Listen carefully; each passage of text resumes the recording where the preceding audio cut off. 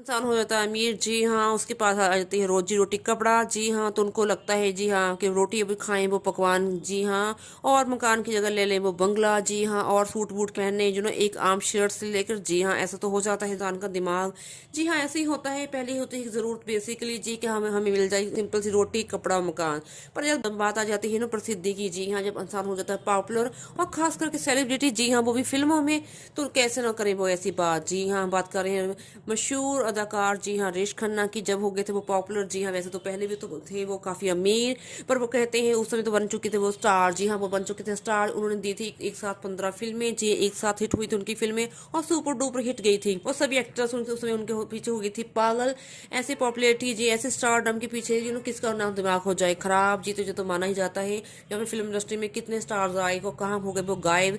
पर जब उनके ऊपर छाया होता था स्टारडम का नशा, उसमें वो कर देते थे नई नई सी बातें। जी हाँ, उनको लगने लगा था उनको खुद का बंगला भी अजीब सा सूना सूना। जी हाँ, उनके पास आ चुका था इतना पैसा कि उनको लगता था कि सबसे अच्छा बंगला हो उनका। जी हाँ, उसमें माना जाता था राजेंद्र कुमार जो थे जुबली स्टार, क्योंकि उनकी हो चुकी थी पूरे 25 फिल्में एक साथ हिट। जी हाँ, तो उनके बाद उनको उपाधि मिल गई थी जुबली स्टार की। तो उनका बंगला देखने लायक था उस समय।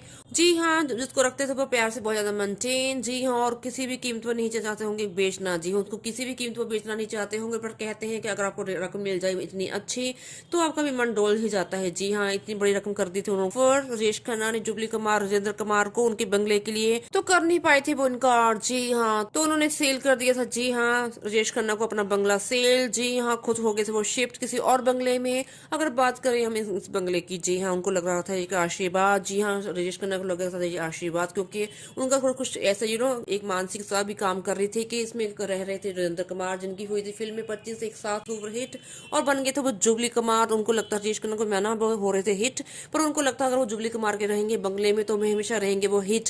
पर कैसे ऐसा नहीं होता, पर उन्होंने अपने बंगले का नाम रख दिया था प्यार से आशीर्वाद। जी हाँ, उनको लगा था कि लोगों का आशीर्वाद उनको मिलता रहेगा और वो ऐसे ही सुपरहिट रहेंगे। पर कहते हैं कि वक्त होता है किसी का अच्छा कभी और किसी का होता है कभी बुरा। जब उन्होंने ये बंगला खरीदा था उन्होंने दी थी इतनी रकम की, जी हाँ, उनकी आधी रकम चली गई थी इस बंगले को खरीदने में और कुछ हो गई थी खत्म इसको रेनोवेशन करवाने में। जी हाँ, उनकी साज सज्जा करने के लिए, जैसे कि उसने माना जाता है राजेश खन्ना को थी लाइमलाइट में रहने की आदत और उनकी ऐसी आदत थी कि वो शानो शौक से जिंदगी गुजारते थे। इसलिए उन्होंने अपने बंगले की इतनी अच्छी से उस समय डेकोरेशन की थी और इसके लिए उन्होंने मंगवाए थे विदेशों से ढेरों सामान। जी हाँ, झूमर और ना जाने सोफा सेट और ना जाने क्या क्या जो होती है घर की क्रॉकरी, पता नहीं उन्होंने कहाँ कहाँ से विदेशों से मंगवाई थी। इसमें उन्होंने फूक दी थी अपनी आधी से ज्यादा कमाई। जी हाँ, और रह रहे थे वो बड़े सुकून से। पर कहते हैं ना सुकून के दिन भी अगर आते हैं तो इतने लंबे नहीं चलते। जी हाँ, कहते हैं दुख और सुख साथ साथ चलते रहते हैं। जैसे उनको सुख के दिन पर व्यतीत कर रहे थे, पड़ा था दुखों का पहाड़। जी हाँ, इनकम टैक्स वालों ने निकाली थी उन पर पूरी 1.5 करोड़ की रकम। जी हाँ, जो उनको देनी थी इनकम टैक्स के।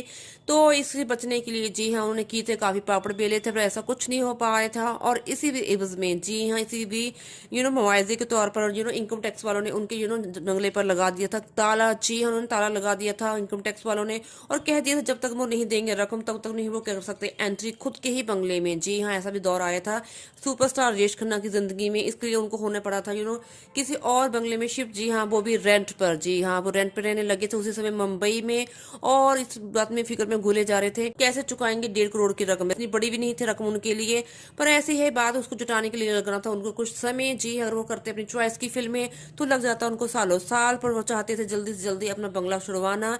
तो इसलिए उन्होंने उस समय कर दी थी ऐसी ढेरों ऐसी फिल्मों में काम। जी हाँ, जो थी बी और सी ग्रेड की। जैसे आपको देखा होगा कि कभी लोग कहते होंगे ये क्या है रेश खन्ना ऐसी फिल्मों में काम क्यों कर रहे हैं। जी हाँ, ऐसी कुछ फिल्में कर डाली थी उन्होंने और अपनी छवि की नहीं की थी ऐसा था ध्यान। जी हाँ, उनको लगता ही था जस्ट पैसा पैसा और पैसा। जी हाँ, जो उनको छुड़वा पाए उनके आशीर्वाद को। जी हाँ, मानना उन्होंने अपना बंगला तो छुड़वा लिया था कुछ ऐसी फिल्मों में काम कर करके, जी, पैसा कमाकर। पर इसमें उन्होंने खो दिया था अपना स्टारडम। जी, उन्होंने अपना स्टारडम खो दिया था।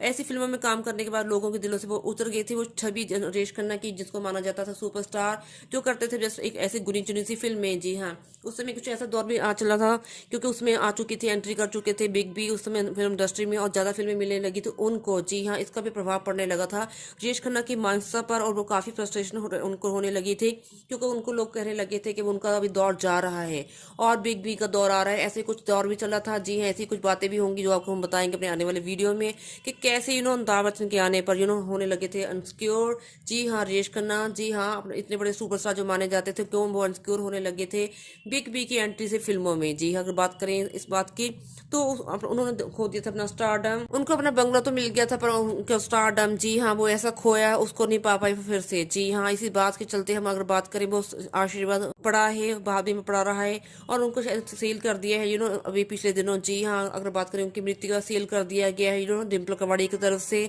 और अगर बात करें किस बंगले के लिए, जी हाँ, हम तो यही देते हैं उनको सलाह कि ऐसा भी क्या था उस बंगले में, जिस आशीर्वाद को उनको पाना चाहा था उसी आशीर्वाद ने उनको नाम डिबो दिया। जी हाँ, अगर वो चाहते हैं थोड़ा सा दिमाग से काम लेते हैं, हम तो यही कहते हैं। अभी तो वैसे वो इंसान चलेंगे इस दुनिया से। कहते हैं इंसान कभी कभी भावुक हो जाता है, कुछ ऐसे फैसले कर डालता है अपनी जिंदगी में जिसका उनको बाद में रहता होगा अफसोस। जी हाँ, पर कहते हैं जो किस्मत में जो लिखा होता है उसी के इंसान चलता चला जाता है, किसी किस्मत के आगे चलता नहीं किसी का जोर। पर आपको हम बताना चाह रहे थे ये बात, जी हाँ, कि जो इतना बड़ा स्टार था, कभी उसको भी खाने पड़े थे धक्के किराए के बंगलों में, और उनको अपना पैसा जुटाने के, उनका खुद का घर पाने के लिए उन्होंने कैसे की थी पूरी मशक्कत।